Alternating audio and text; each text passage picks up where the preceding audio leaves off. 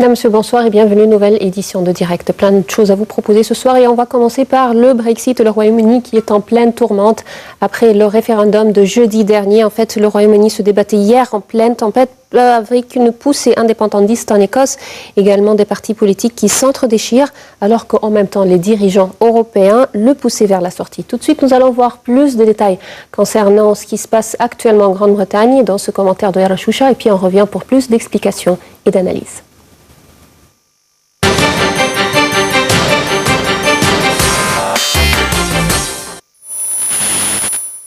Et maintenant, titrait le Sunday Times, résumant l'atmosphère de malaise dans laquelle est plongé le Royaume-Uni depuis le référendum qui a exacerbé les divisions identitaires et politiques et dopé les ambitions sécessionnistes des nationalistes écossais. Le Royaume-Uni, pour lequel l'Écosse a voté pour rester en 2014, n'existe plus, a souligné la première ministre de l'Écosse, Nicola Sturgeon, qui souhaite un nouveau référendum d'indépendance après celui du 18 septembre 2014. Brexit oblige, le contexte et les circonstances ont complètement changé, a-t-elle insisté, en soulignant que les Écossais avaient, eux, nettement voté pour rester dans le giron européen. Si la menace d'une dislocation ne suffisait pas, le pays doit aussi composer avec les guerres intestines qui secouent ses deux principaux partis. Accusé de ne pas avoir montré assez d'ardeur pour défendre l'UE, le chef du Labour, Jeremy Corbyn, a dû limoger Hilary Benn, l'un de ses opposants au sein du parti, avant que 9 responsables de son cabinet fantôme ne claquent la porte. La tempête touche également depuis vendredi le Parti conservateur, où la guerre de succession a démarré. Selon le journal The Observer, l'ex-maire de Londres et chef de file des pro-Brexit Boris Johnson se prépare à lancer l'offensive sur le parti, mais les partisans du Remain ou Rester seraient bien décidés à l'arrêter. Signe d'un Brexit qui a du mal à passer pour une partie des Britanniques, en particulier chez les jeunes, la pétition réclamant l'organisation d'un deuxième référendum dépassait dimanche après-midi les 3,2 millions de signataires. En plus de ses affaires internes, le Royaume-Uni doit gérer les demandes pressantes des dirigeants et responsables de l'Union européenne d'accélérer un divorce que David Cameron veut laisser à son successeur, qui sera nommé début octobre lors du congrès de son parti, le soin de gérer. Samedi, les ministres des Affaires étrangères des 6 pays fondateurs de l'UE avaient pressé Londres de démarrer le processus de sortie dès que possible. François Hollande a estimé dimanche que la France et l'Allemagne devaient prendre l'initiative à la veille de sa réunion à Berlin avec le chef du gouvernement italien Matteo Renzi et Mme Merkel, qui a adopté un ton plutôt conciliant à l'égard de Londres. Berlin et Paris sont en accord complet sur la manière de traiter la situation, a assuré l'entourage de François Hollande.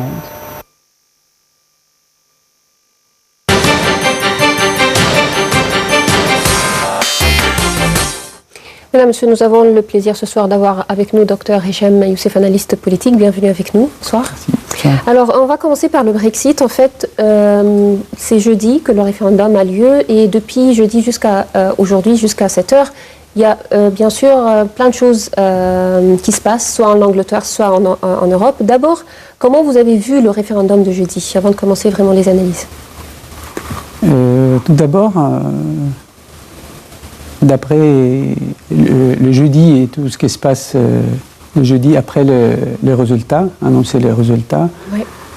On voit les gens soit en Angleterre, soit dehors de l'Angleterre, et sont tombés dans un vrai choc. Parce que les résultats, c'était choquant pour tout le monde, même pour les Anglais aussi. Choquant parce qu'ils ne s'attendaient pas à la victoire du Brexit. Oui, parce que même le Premier ministre, elle a joué sur ça, mais elle a perdu le pari sur le sortie de l'Europe. Et on a déjà vu aussi, d'après quelques jours de ces résultats, il y a presque 3 millions et quelques centaines de milliers qui sont signés à une pétition pour refaire le référendum. Oui. Parce qu'il y a pas mal de gens quand même qui n'ont pas été votés. Est-ce que ça peut avoir lieu? Est-ce qu'on pourra refaire le référendum ou après cette pétition ou ce serait impossible?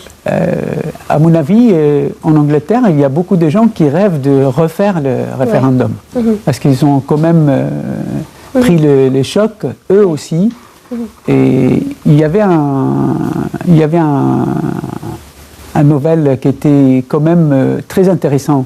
Pour les gens qui étaient votés, il y a une partie des jeunes, il y a une partie des gens âgés qui ont déjà passé les soixantaines d'années. Et il y avait une statistique qui dit que les jeunes, 72% qui sont votés pour rester en Europe, ça c'est au niveau de moins de 40 ans, et plus que 60 ans, il y a 67% qui ont voté pour sortir de l'Europe. Alors là, il y a quand même quelque chose qui est très important. Oui, pourquoi selon vous il y a ce grand fossé entre les générations, les deux générations en Grande-Bretagne? À mon avis, pour les générations, les jeunes générations, elles ont déjà goûté les deux goûts de l'Angleterre toute seule, avec le caractère classique anglais, et ils ont goûté quand même le côté européen, moderniser un peu le caractère anglais pour être membre dans l'Union européenne. Pour les jeunes, c'était avantageux parce qu'ils ont la possibilité et la facilité pour aller ailleurs. Voyager ou travailler ailleurs. Pas voyager, seulement travailler ailleurs, investir dans un autre pays, avoir la facilité de le marché européen. Et les générations qui sont plus âgées, qui ont déjà passé 60 ans ou ils ont déjà pris leur retraite, elles cherchent la tranquillité, ne cherchent pas l'aventure, ne cherchent pas de travailler. Voilà, c'est pour ça qu'il y a deux perspectives différentes entre les jeunes et les gens les plus âgés. Maintenant qu'il y a cette sortie de l'Union européenne, il y a aussi un problème avec l'Écosse, qui commence à penser à avoir également à se séparer, bien sûr, parce que la dépendance, les Écossais disaient qu'on faisait partie de la Grande-Bretagne et on voulait faire partie de l'Union européenne. 62%, si j'ai bien compris, de l'Écosse, oui, exactement, 62% avaient voté pour rester avec l'Union européenne. Est-ce que cela va, c'est-à-dire aggraver la division en Grande-Bretagne? Bien sûr que ça va grandir un peu les fissures entre l'Écosse. Est-ce qu'ils vont se séparer finalement? Je crois qu'ils ont déjà fait un référendum pour rester en Europe. Ça, c'est quelque chose à part de rester en Angleterre ou se séparer. C'est pas la même chose, mais c'est déjà un pourcentage très important qui peut changer quand même la vie de beaucoup de gens en Angleterre. Alors, vous pensez qu'ils vont refaire le référendum de 2014? À l'époque, ils voulaient rester, ils sont restés avec la Grande-Bretagne pour rester avec l'Union européenne. Maintenant, ils vont refaire ce référendum, selon vous? Moi, je crois qu'ils ont besoin de faire ça. Ils ont besoin de refaire ça, de séparer de l'Angleterre. Et moi, je crois que l'Irlande aussi, ils sont en train de préparer pour quitter la Grande-Bretagne aussi. Mais une fois qu'ils se sont séparés, est-ce que ce serait facile de rejoindre l'Union européenne? D'après ce que je sais sur l'Union européenne, c'est très facile d'intégrer dans l'Union européenne. Ce n'est pas difficile. Mais quand même, on sait depuis très très longtemps que l'Angleterre, elle a un caractère quand même spécial. C'est un peu de fierté. Elles n'aiment pas être membres dans une équipe, mais c'est eux le chef ou le leader toujours depuis très très longtemps. Et moi, ça aussi, c'est un côté de caractère anglaise classique qui voit l'Angleterre, c'est un pays qui peut rester toute seule, qui ne compte pas sur d'autres pays et qui peut continuer de développer, d'évoluer toute seule. C'est un point de vue. Alors, après le Brexit, ou la victoire du Brexit, qui va perdre le plus? Est-ce que c'est la Grande-Bretagne ou c'est l'Union européenne également avec une grande économie? C'était la deuxième économie de l'Union européenne après l'Allemagne. Il y a deux équations là. Parce qu'on dit toujours c'est un jeu collectif. Et le principe de collecter tout le monde ensemble. L'Union européenne, ce n'est pas pour avoir des activités individuelles, mais quand même, c'est mis dans un cadre comme l'équipe qui travaille ensemble, et les résultats, c'est pour tout le monde. Ce n'est pas pour un membre ou deux ou trois, c'était pour tout le monde. C'est pour ça que je vois l'Angleterre, ils ont fait une erreur pour quitter l'Union européenne, et au niveau tout ce qui se passe maintenant au monde, tous les pays cherchent de rester ensemble, de signer un accord ensemble au niveau commercial, économie et tout ça. Oui. Mais est-ce que l'Union européenne aussi va souffrir? Je ne crois pas. Je ne crois pas, parce que si on trouve le reste des pays de l'Union européenne, il y a l'Allemagne, la France. Mais c'est l'Allemagne seulement, c'est la première économie. Le reste de pays, la plupart des pays de l'Union européenne, ils ont des problèmes économiques maintenant. Même la France. Alors, la Grande-Bretagne était quand même un poids économique assez important pour l'Union européenne. Oui, mais avec le principe d'économie aussi, si on divise tous les problèmes sur une trentaine de pays, ça va nous donner un pourcentage, très très peu de pourcentage. Mais si c'est divisé par 25... Ouais. Mais c'est un seul pays qui est sorti, alors...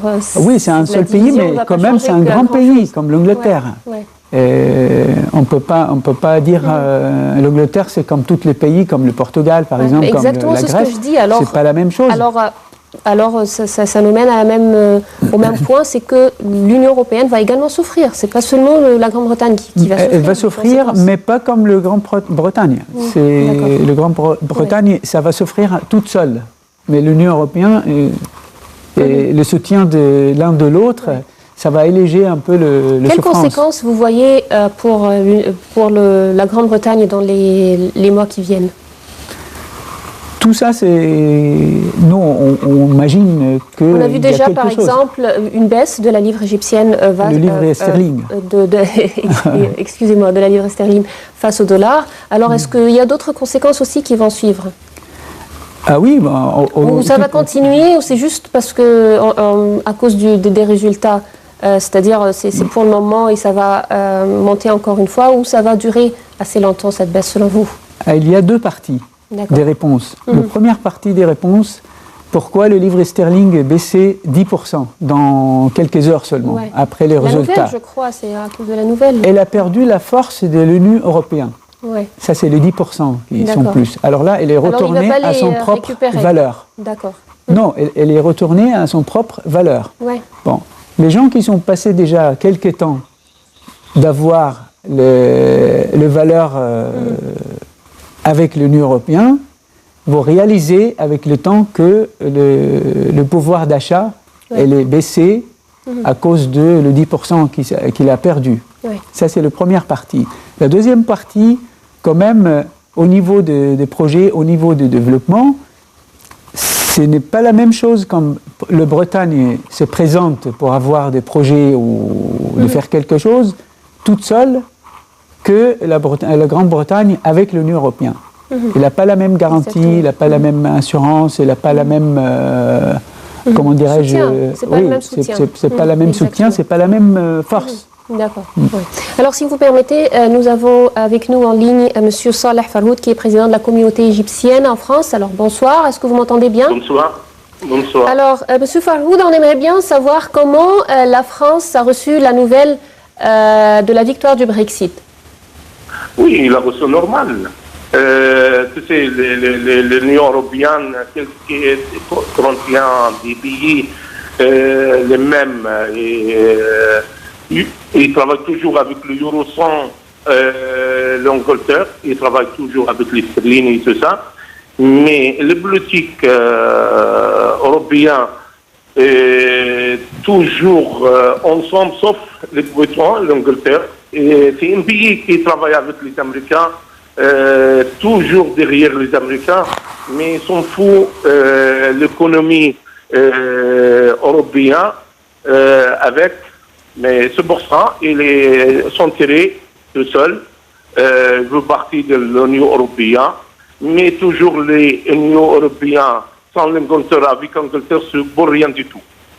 Oui. Alors, comment la France, c'est-à-dire, est-ce que déjà il y a des pas entrepris de la part de l'Union européenne pour cette sortie, la sortie de la Grande-Bretagne? Alors, qu'est-ce qui se passe en France? Est-ce qu'il y a nombre de réunions sur le niveau présidentiel, ministériel? Alors, qu'est-ce qui se passe actuellement en France? Tu sais, la France est toujours, il travaille bien avec l'Union européenne, surtout avec les Allemands.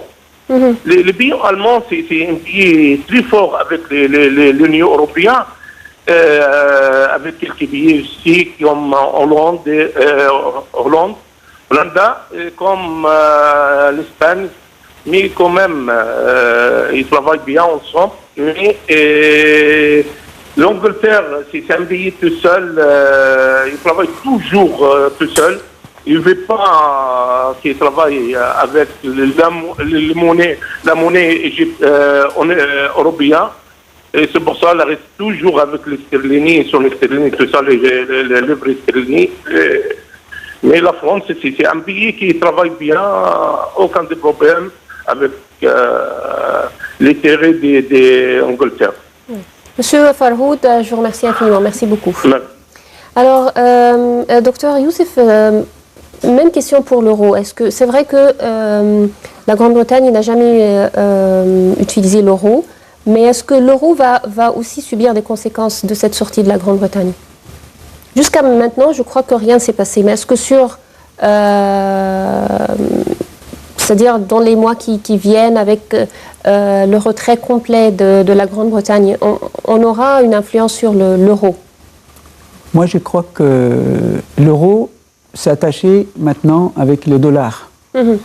Ça veut dire, s'il affaiblit devant le dollar, on va voir la différence. Mais devant le sterling, ça dépend... Non, je ne parle pas de ça. Je parle que de l'euro en tant que monnaie européenne. Est-ce que elle va subir des conséquences ou elle ne va pas changer ça ne va pas changer grand-chose? Non, ça ne va pas changer grand-chose. L'euro, ça va rester toujours sur le même niveau. Ouais. Mais je crois que le livre sterling, il va voir quand même quelques baisses. Encore plus de baisses, d'accord. Oui. Alors, les Européens, de leur côté, ont commencé à pousser la Grande-Bretagne vers le sortie. Pourquoi ils se sont pressés? Est-ce que c'est mieux pour l'Europe qui se sépare tout rapidement, la Grande-Bretagne, maintenant qu'il y a les résultats du référendum? Pourquoi ils sont si pressés maintenant? Il y a deux sens pour cette action-là. Le premier sens, c'est de démontrer aux citoyens anglais les vrais résultats pour la sortie. Ouais. Et le deuxième sens, quand même, pour terminer tous les accords entre l'Angleterre et l'Union européenne, parce qu'en Angleterre, jusqu'à aujourd'hui, il y a quand même des agricultures qui touchent des bénéfices de l'Union européenne, parce que c'est pas encore se présenté avec la demande officielle pour quitter l'Union européenne. Ouais. Alors là, tous les mécanismes de relation, là, ça marche comme d'habitude. Ouais. Il n'y a rien qui est changé. Au niveau officiel, il n'y a rien qui se passe.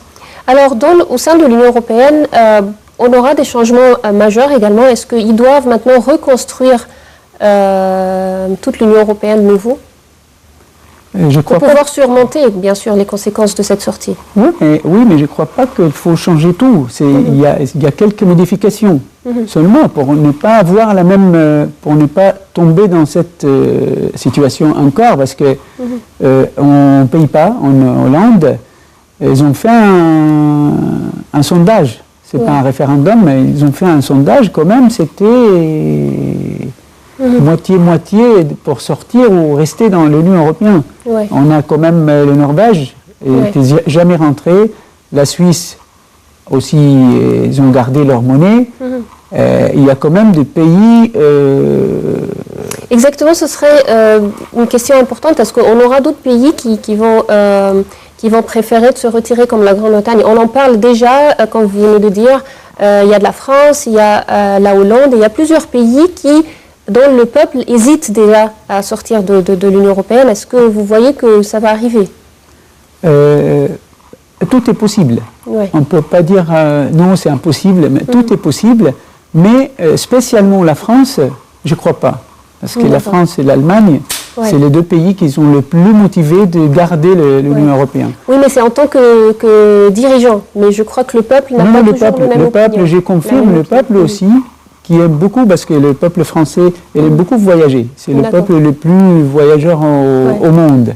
Alors là, ça, c'est... Je crois que les problèmes économiques dans la plupart des pays de l'Union européenne a fait qu'ils commencent à réfléchir partout à cette sortie. Surtout avec l'euro, c'est vrai que l'euro, c'est une monnaie assez forte, très forte même, mais c'est aussi ce qui a des conséquences néfastes sur le peuple de l'Union européenne. Plusieurs pays en souffrent. Le tourisme souffre, par exemple, en Europe à cause de l'euro, à cause de cette forte monnaie. Les exportations également. Alors, apparemment, ils ont des problèmes économiques aussi. Oui, mais ces gens-là, ils sont raisonnables. Ils savent très bien le problème ou la souffrance, c'est comme un traitement. D'accord. C'est un traitement pour avoir une meilleure santé. Alors là, il y a pas mal de gens, pas mal de dirigeants qui comprennent très très bien ces souffrances-là, c'est pour le futur ou dans le futur, ça va être beaucoup mieux que maintenant. Il faut quand même supporter le douleur maintenant que souffrir toute la vie. Mais ils souffrent depuis assez longtemps quand même. Bah, c'est une question de temps. Mais quand même, il y a pas mal de choses positives qui sont déjà montées aux surfaces pour au moins le passage entre le pays. Alors selon vous, qu'est-ce que les dirigeants de l'Union européenne doivent faire rapidement ces jours-ci pour convaincre les autres pays de l'Union européenne que c'est pas vraiment le bon choix de se retirer. Il faut rester avec l'Union européenne. C'est plus important dans l'avenir. Qu'est-ce qu'ils doivent faire? Moi, je crois que l'Union européenne maintenant, elle doit quand même jouer un rôle très important pour concernant le référendum, soit en Angleterre ou ailleurs, parce que normalement, on a 2 tranches d'âge toujours dans tous les pays. D'accord. Alors là, quand j'avais 30 ans, je n'ai pas le même point de vue quand j'avais 60 ans ou 70 ans. Alors là, quelque chose qui concerne le futur, c'est les gens qui doivent voter pour ça. Parce que les autres, essayaient. Moi, j'ai 70 ans, j'ai ma retraite, j'ai tout ce qu'il faut, j'ai besoin de rien. Alors là, je ne bouge pas. Mais les jeunes qui ont besoin d'évoluer, besoin d'aller soit ici, soit ailleurs. Voilà, c'est ça le problème. L'Union européenne, elle a un rôle très important à jouer pour motiver les gens et pour montrer pourquoi on a envie de rester tous ensemble. C'est quoi les résultats? Ça donne quoi exactement? Voilà, c'est ça le rôle de l'Union européenne pour le moment. Oui.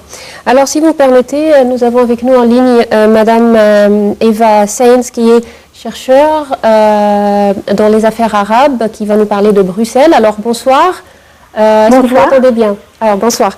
Alors, qu'est-ce qui se passe actuellement directement? Qu'est-ce qui se passe actuellement au sein de l'Union européenne après la victoire du Brexit?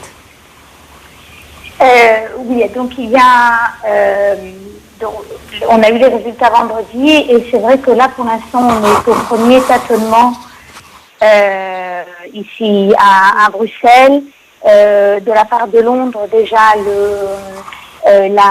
comme vous devez le savoir, le Royaume-Uni doit faire une demande officielle de sortie de l'Union européenne. Donc cette demande n'a pas encore été faite. Il semble que le Royaume-Uni veuille attendre le mois d'octobre. Donc ici à Bruxelles, vraiment, je pense qu'on est dans une situation d'attentisme. Ce qui est sûr, c'est que par exemple hier, il y a eu une réunion au Conseil qui ne s'est faite qu'à 27. Le Royaume-Uni n'a pas assisté à la réunion. Nous avons eu aussi, durant le week-end, nous avons assisté à la démission du commissaire britannique. Donc je pense que rien de concret n'est encore, des décisions concrètes ou des répercussions concrètes ne se sont pas encore fait voir. au jour le jour, mais petit à petit, certaines dispositions sont prises. Oui. Alors, Madame Eva, on se demande, bien sûr, partout dans le monde, je crois, quelles seraient les conséquences de ce retrait de la Grande-Bretagne sur la Grande-Bretagne et sur l'Union européenne, bien sûr.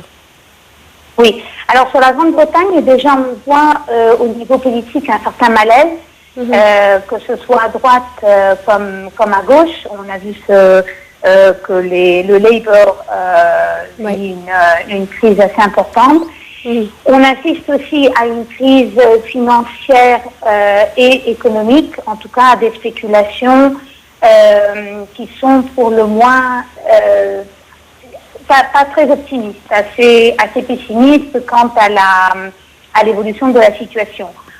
On a aussi l'impression au Royaume-Uni que une partie de la population, voire même ceux qui ont une certaine partie des votants pour le Brexit, pour la sortie du Royaume-Uni de l'Union européenne, ne s'attendaient pas vraiment ou ne réalisaient pas tous les impacts, toutes les répercussions que cela pouvait avoir sur l'économie, sur la vie quotidienne, etc.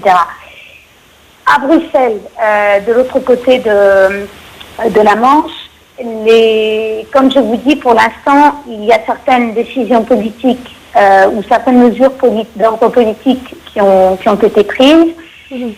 Je pense que ce dont Bruxelles a le plus peur pour l'instant, c'est qu'il y ait un effet domino sur d'autres pays, voire même d'autres régions en Europe. Ouais. Donc, pour l'instant, il me semble que c'est la plus grosse préoccupation disons, au sein des institutions. Ouais. Ceci dit, je pense que, si j'ai encore un instant, je pense que Bruxelles devrait se poser des questions quant à ce vote en Angleterre. Je voudrais rappeler que ce n'est pas le premier référendum qui a été fait en Angleterre sur le fait de rester ou non dans l'Union européenne. Il y en avait un qui a été fait il y a un peu plus de 20 ans, presque jour pour jour, et qui avait donné, où 67% de la population de ceux qui s'est exprimé voulait rester dans l'Union européenne. Ouais. Donc, pour en revenir à l'Union européenne ou à la Commission aux institutions européennes, ce serait important et intéressant qu'il y ait peut-être une remise en cause, ou en tout cas une analyse des raisons pour lesquelles il y a eu ce vote au Royaume-Uni, ne serait-ce que pour justement éviter que ça se répercute sur d'autres pays ou ça se reproduise sur d'autres pays. Oui, exactement. Alors, une dernière question, si vous me permettez, Madame Eva. Est-ce que la période à venir va témoigner de changements profonds au sein de l'Union européenne? Alors, le Royaume-Uni a 2 ans pour négocier sa sortie à partir du moment où il en fait une demande officielle. Donc c'est vrai que pendant 2 ans, on va assister à un moment de transition, à supposer que bien sûr cette demande soit réalisée par le Royaume-Uni, qu'il n'y ait pas un volte-face de l'autre côté de la Manche. Donc on va assister, comme je disais, à une situation à une transition plutôt, j'imagine, en douceur, si les choses ne se passent pas trop mal. Il faudra attendre, donc dans 2 ans, voir quelles sont les conditions de sortie, quelles sont les implications concrètes par rapport aux institutions et par rapport aux eurocrates britanniques ici en Belgique, ne serait-ce que ça. Maintenant, il y a d'autres répercussions qui risquent d'être beaucoup plus importantes, mais aussi beaucoup plus difficiles à mesurer, qui sont des répercussions politiques au sein de l'Union européenne. Est-ce qu'on va maintenir le même système? Est-ce qu'on va changer de système? Est-ce qu'on aura toujours 27 pays, plus ou moins? On voit que l'Écosse déjà est en train de se manifester pour rester dans l'Union européenne, donc ça redessine, disons, la carte britannique. Donc voilà, toutes ces répercussions qui sont d'ordre beaucoup plus important et d'ordre politique et stratégiques ne seront peut-être pas visibles à moyen terme. Ouais. Madame Eva Sainz, je rappelle, vous êtes chercheure en affaires arabes à Bruxelles. Je vous remercie infiniment. Merci beaucoup. Bien, si vous permettez, alors on va passer à notre deuxième sujet pour ce soir. On va parler cette fois-ci de l'Égypte. En fait, le ministre du pétrole, M. Tariq Al-Mullah, avait dévoilé il y a quelques jours son plan pour l'attraction de nouveaux investissements et la transformation de l'Égypte en un centre régional pour le transfert de l'énergie. Tout de suite, nous allons voir plus de déclarations, plus de détails concernant les déclarations de M. le ministre, et puis on revient pour plus d'analyse.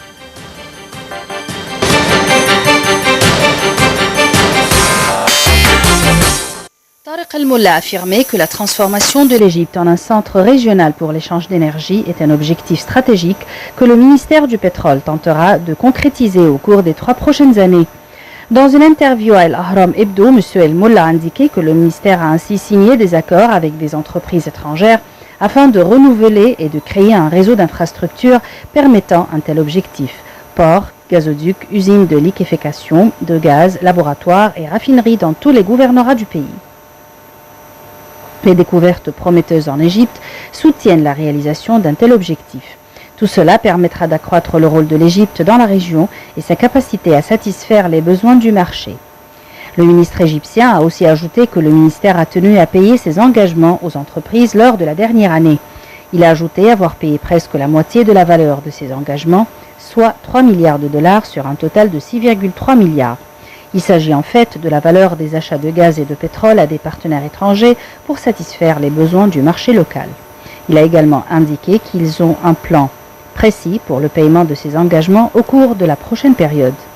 Il a précisé que les investissements étrangers dans le domaine de l'exploitation et du développement des champs pétroliers devraient atteindre 8,6 milliards de dollars fin 2015-2016 et augmenter pour atteindre 12,8 milliards de dollars à la fin de l'année fiscale 2016-2017. Malgré la baisse des cours du pétrole et ses répercussions sur l'afflux des investissements étrangers dans le monde entier, les récentes découvertes pétrolières en Égypte ont accordé le privilège de voir un afflux d'investissements étrangers ces derniers mois. M. Al-Mullah a indiqué que le ministère a récemment lancé une nouvelle adjudication internationale pour des travaux de recherche dans 11 différents points du golfe de Suez et du désert occidental.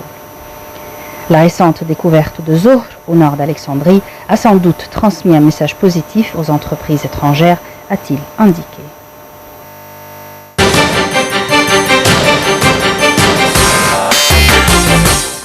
Alors, docteur Youssef, en fait, selon les déclarations de Monsieur le ministre, alors l'Égypte essaye de transférer le pays en un centre régional pour l'échange d'énergie. Et c'est un objectif stratégique selon Monsieur le ministre. Alors, qu'est-ce qu'il veut dire par ces déclarations selon vous? Qu'est-ce qu'on veut dire par un centre d'échange d'énergie? Je crois que ces nouvelles-là, c'est plus pour rassurer les gens sur le marché d'énergie de l'Égypte. Il va bien. Ça veut dire ils ont fait pas mal de progrès au niveau de l'énergie. Et qui nous permettent d'être quand même au marché. Est-ce qu'on va commencer à exporter on exporte déjà. Oui, mais je veux dire... plus beaucoup plus, bien sûr. J'espère, parce que... Ça va être un investissement important pour l'Égypte. Normalement, l'Égypte, c'est un pays qui a beaucoup de pétrole, mais on a besoin de plus de sociétés pour découvrir... le point où on peut trouver plus d'énergie et exploiter tout ça parce que ça donne à la fin dans les caisses de l'État aussi qui donne l'occasion d'avoir plus de sources pour financer autres Alors, ce que j'ai compris aussi de Monsieur le ministre, qu'on va essayer d'augmenter les investissements dans ce domaine, il a parlé de l'infrastructure, c'est-à-dire des ports, des gazoducs, des usines, des laboratoires, des raffineries. Alors, c'est aussi un appel à tous les investisseurs à venir ici, surtout avec les dernières découvertes de gaz qu'on vient de... Je crois qu'il y a une découverte au nord d'Alexandrie il y a quelques jours. Alors, ces découvertes aussi vont encourager les investisseurs dans ce domaine à venir en Égypte. Exactement. Et plus l'ambiance en Égypte aussi, ça va encourager beaucoup d'investisseurs de venir ici tranquillement et avec les garanties du gouvernement aussi pour donner des facilités pour les nouveaux investisseurs. Au niveau de l'énergie, c'est un marché très important au niveau mondial et j'espère qu'on va trouver une place pour nous parmi tous les pays qui produisent l'énergie au monde, spécialement au Proche-Orient. Alors l'énergie, bien sûr, c'est un sujet très important et je crois qu'ici en Égypte, on peut avoir toute forme d'énergie, c'est-à-dire on a le pétrole, le gaz, l'énergie renouvelable aussi, c'est facile à voir avec le soleil et tout ce qui est énergie éolienne également. Alors comment vous voyez c'est-à-dire les travaux dans ce domaine? Est-ce que c'est vrai que le gouvernement fait de son mieux pour attirer beaucoup d'investissements dans le domaine de l'énergie, mais jusqu'à où on peut arriver selon vous avec toutes ces possibilités en Égypte? Tout d'abord, on peut arriver au bout de sujet.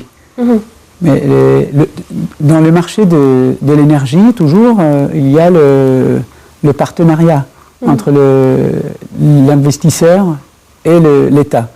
C'est ça aussi qui nous, comment dirais-je, qui nous ralentit un peu, qui nous freine.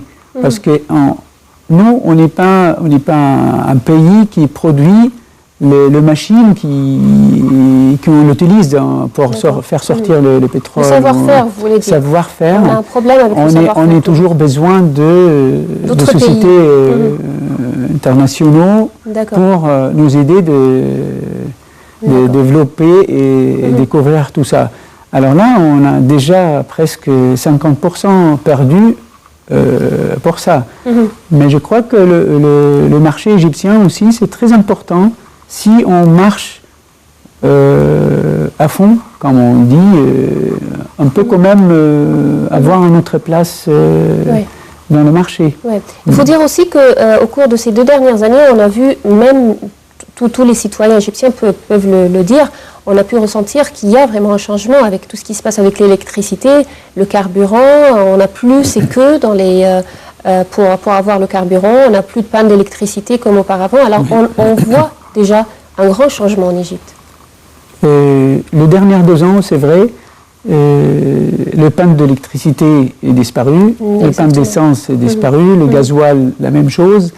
Je crois qu'ils ont bien travaillé sur le sujet pour ne pas tomber dans la même faute.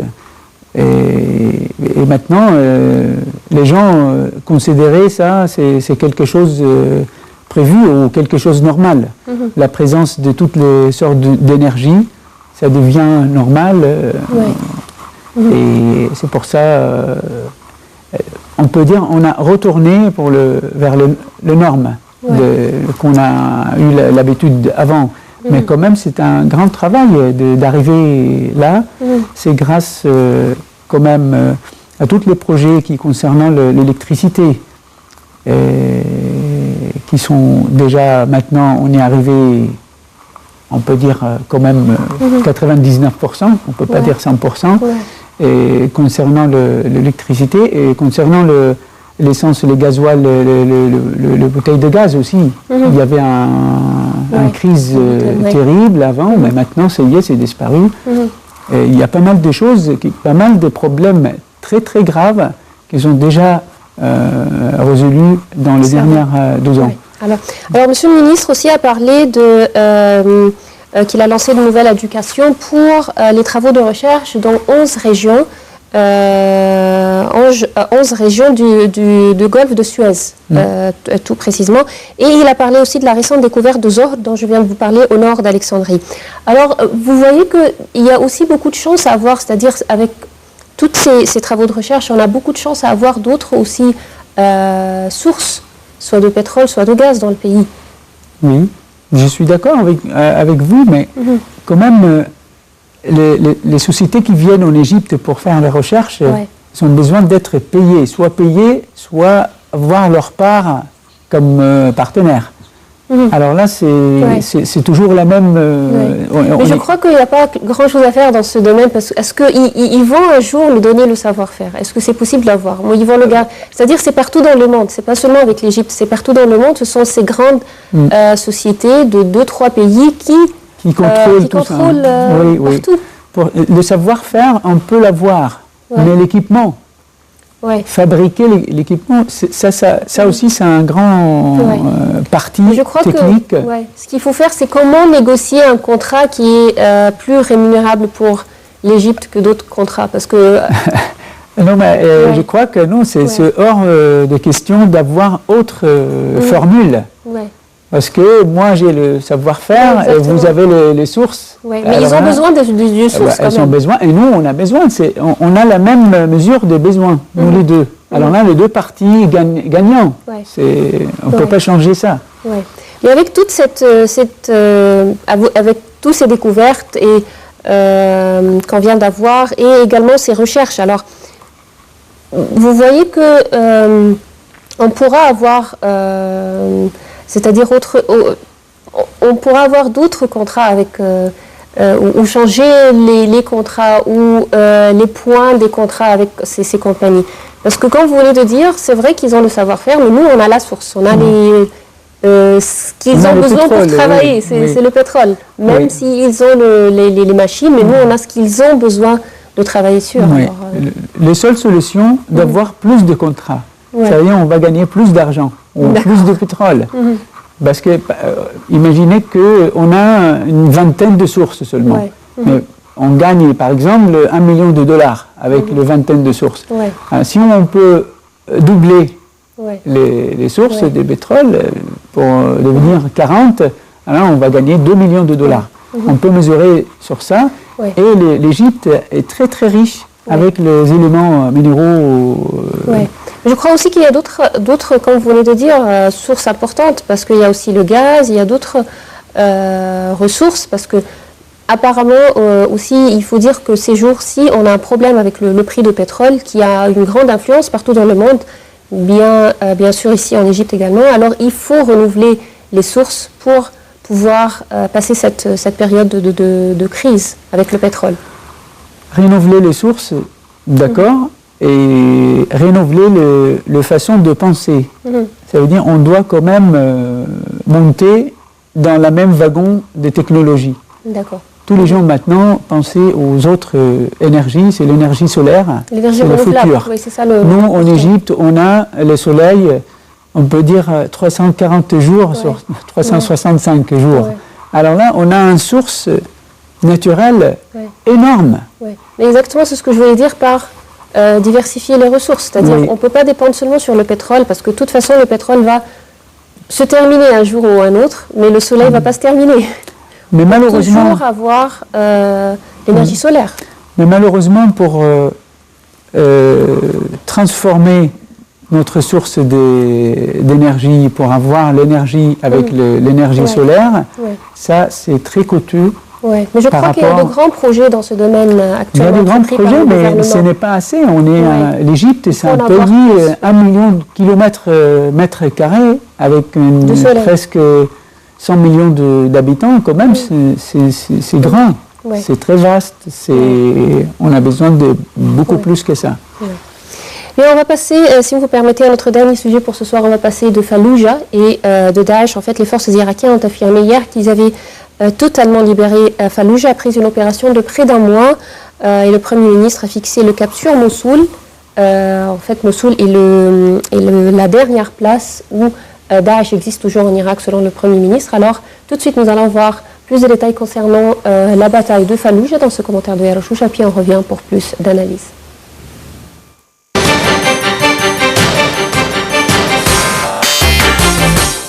Devant l'hôpital de la ville, drapeau irakien autour du cou, le chef du gouvernement Haïdar al-Abadi a appelé les Irakiens, où qu'ils soient, à sortir et célébrer la reprise de Fallujah, un bastion djihadiste à 50 km à l'ouest de Bagdad, parlant d'un moment de joie.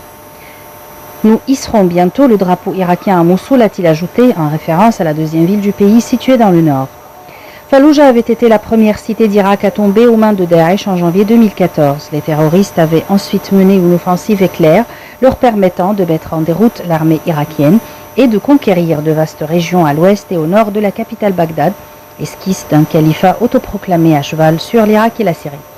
Mais depuis plus d'un an, le groupe a perdu les 2/3 de ses territoires face aux avancées des forces irakiennes soutenues par les frappes des avions de la coalition internationale conduite par les États-Unis.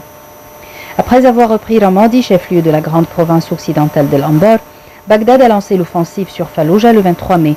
Conduite par l'unité d'élite du contre-terrorisme, les troupes entraient dans la ville une semaine plus tard. Mais assiégés, les terroristes ont opposé dans le centre une forte résistance. Les forces irakiennes ont finalement déclaré la victoire totale en prenant dimanche le quartier d'Al-Jolain où s'étaient retranchés les derniers djihadistes.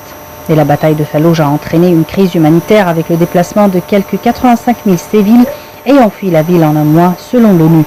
Ils se sont massés dans des camps de fortune dépourvus des services de base. À ces conditions difficiles se sont ajoutées les inquiétudes sur le sort de centaines d'hommes ayant disparu. Dimanche, le secrétaire général de l'ONU Ban Ki-moon s'est entretenu par téléphone avec le Premier ministre et lui a fait part de son inquiétude sur d'éventuels abus commis contre des déplacés ainsi qu'à propos des besoins humanitaires de plus en plus urgents, a indiqué l'ONU dans un communiqué.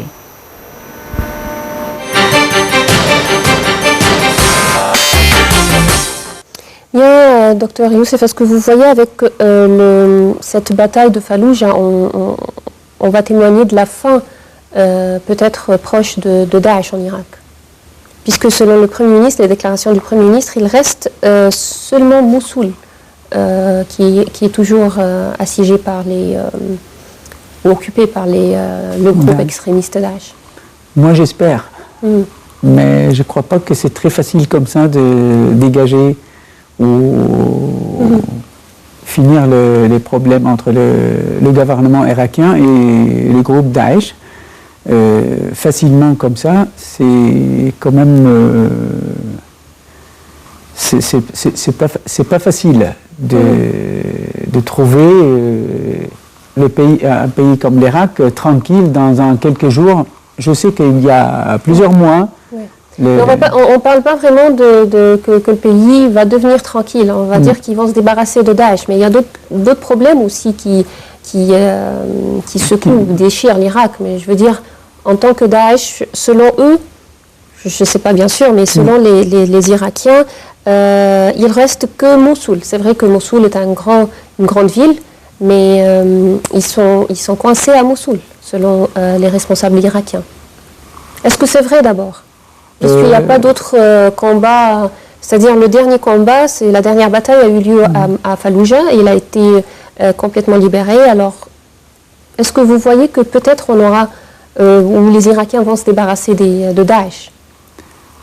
Comme j'ai dit tout à l'heure, j'espère, mais la vérité toujours,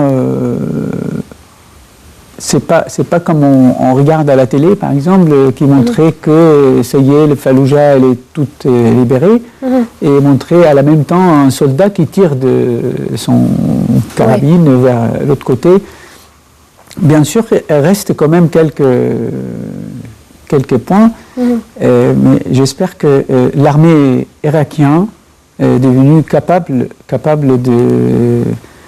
d'affronter le groupe Daesh et chasser tout le monde de sortir. Mais sortir pour aller où exactement? Parce qu'ils étaient par milliers. Ils sont partis où exactement? Dans quelle ville? Est-ce qu'ils sont partis vers le Mossoul ou ils sont partis ailleurs, dehors de l'Irak? Parce que comme vous savez, l'Irak est divisé par trois parties, les Kurdes, les chiites et les sunnites. Alors là, le système parlementaire qui gouverne l'Irak aussi, le président c'est un kurde, le premier ministre c'est un chiite, le président de l'Assemblée nationale c'est un sunnite. Ça c'est un système qui était établi ou imposé par les États-Unis. Ça c'est pour ressembler tout le monde ensemble, sunnites, chiites et kurdes. Je crois que le parti kurde, quand même, elle a un certain part de tranquillité, pas tranquillité, mais on peut dire quand même réglementé, parce que les Kurdes, ils ont leur propre gouvernement, ils ont quand même leur propre armée et leur propre système éducatif. Ils ont quand même pas mal de choses comme partie de l'Irak. Ils ont leur relation avec la Turquie, d'échanges de commerce, des choses d'économie, des choses comme ça. Mais les deux partis, le chiite et le sunnite, ils sont toujours en bagarre, en conflit toujours. En conflit toujours. Alors là, pour arriver d'organiser tout ça, c'est quand même, c'est pas le problème de Daesh seulement qui embête tout le monde. Oui, bien sûr. Non, mais également, je voulais vous poser comme question, pourquoi, c'est-à-dire il y a quelques mois, on avait des frappes presque quotidiennes de la part de la communauté internationale, des États-Unis ou de l'Europe, contre Daesh, soit en Irak, soit en Syrie. Pourquoi ces derniers jours, on ne voit pas vraiment aussi de frappes? Qu'est-ce qui s'est passé? Est-ce qu'ils ont complètement ignoré la cause? Qu'est-ce qui se passe? Non, pour le frappe aérien, je crois que, je ne suis pas un expert militaire, mais pour le frappe aérien, c'est utile pour débarrasser de certains groupes ou certains armes de terre. Mais maintenant, les terrorismes sont mélangés avec le civil, on ne peut pas faire de frappe aérienne. Ils ont besoin de l'armée sur terre. Ça, c'est pour faire son travail.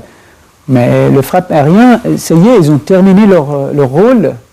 Elle ne peut rien faire après. Alors là, le rôle de l'armée de terre pour terminer. L'armée de terre, alors c'est bien sûr les pays eux-mêmes, c'est-à-dire l'Irak ou la Syrie ou la Libye, bien sûr.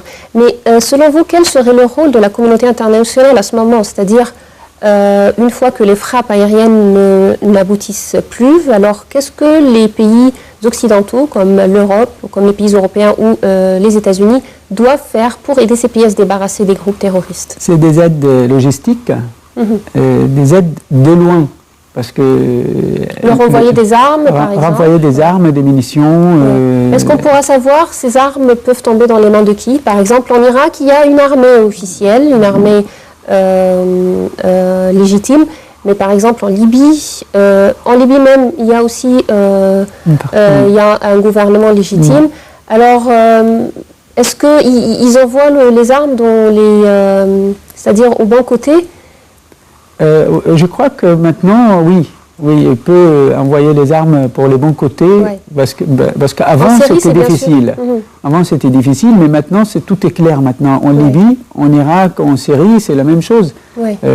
On sait très bien qui fait le rôle de bon et qui fait le rôle de méchant. Oui, mais en Syrie, c'est-à-dire la question est complètement différente parce qu'il y a aussi ce conflit entre les pays sur qui doit rester, qui doit s'en aller en Syrie. Alors, la communauté internationale n'arrive pas à se mettre d'accord sur qui est vraiment terroriste, qui n'est pas terroriste en Syrie. C'est ça le problème.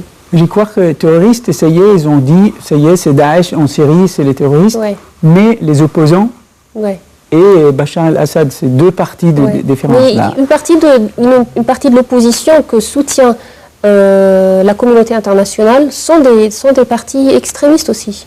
C'est vrai qu'ils ne sont pas peut-être Daesh, mais ils sont d'autres partis djihadistes extrémistes. Ils ont un autre nom que Daesh, mais c'est la même idée, c'est la même chose. C'est pour ça le reste des pays, ils sont arrêtés d'aider les Est-ce que vous voyez que exactement les pays européens, les pays occidentaux, pas seulement européens, mais la Grande-Bretagne, les États-Unis, tout le monde, sont vraiment sérieux à combattre les groupes terroristes en Syrie, en Libye et en Irak? Bien sûr qu'ils sont sérieux parce qu'ils ont déjà touché. Regardez la France et la Belgique. Ils sont touchés dans le cœur. Mais est-ce que tous ces pays n'arrivent pas à combattre ou à éliminer quelques milliers de combattants depuis presque 2-3 ans maintenant? Vous ne voyez pas que c'est un peu... La guerre, c'est pas facile. Et la guerre par terre, ce n'est pas facile aussi. Et c'est quand même... si tu fais la guerre avec un pays à 3-4 000 km loin de chez vous, c'est pas du tout la même chose. Et il y a quand même des limites pour participer, pour aider les systèmes qui existent. Alors là, c'est la distance, le temps, le différents buts pour les deux côtés, c'est ça qui fait le retardement. Ouais. Alors vous avez souligné un point important, c'est qu'ils sont sérieux maintenant qu'ils sont touchés par le terrorisme. Est-ce que vous voyez que c'est seulement depuis les derniers attentats, soit en France, soit en Belgique, que ces pays ont vraiment vu que c'est important de combattre le groupe Daesh dans les autres pays, parce que ça revient chez eux, un jour ou un autre? Oui, je confirme. Ils ont réalisé dernièrement, avec les derniers attentats qui étaient passés en France et en Belgique. Et aux États-Unis, il y a pas mal de temps. Aux États-Unis, il y a pas mal de temps, il y a des attentats comme ça, mais je parle de l'Europe parce que ils sont plus proches. C'était plus proche, c'était quand même plus grave. Les attentats en France et en Belgique, c'était très très grave. Et c'est pour ça que l'Union européenne quand même a réalisé fortement la gravité de la situation. On a vu ça dans les dernières visites le président français ici en Égypte. Ils ont parlé pas mal de temps sur le terrorisme et les coopérations entre l'Égypte et la France pour quand même trouver une solution pour réduire ou supprimer complètement les activités de terrorisme au niveau des deux pays. Bien, docteur Hicham Youssef, je rappelle, vous êtes analyste politique. Je vous remercie infiniment. Merci beaucoup. De rien. Merci. Merci, mesdames, messieurs. C'était tout pour cette édition de Direct. Rendez-vous demain, une nouvelle édition. Bonne soirée à tous.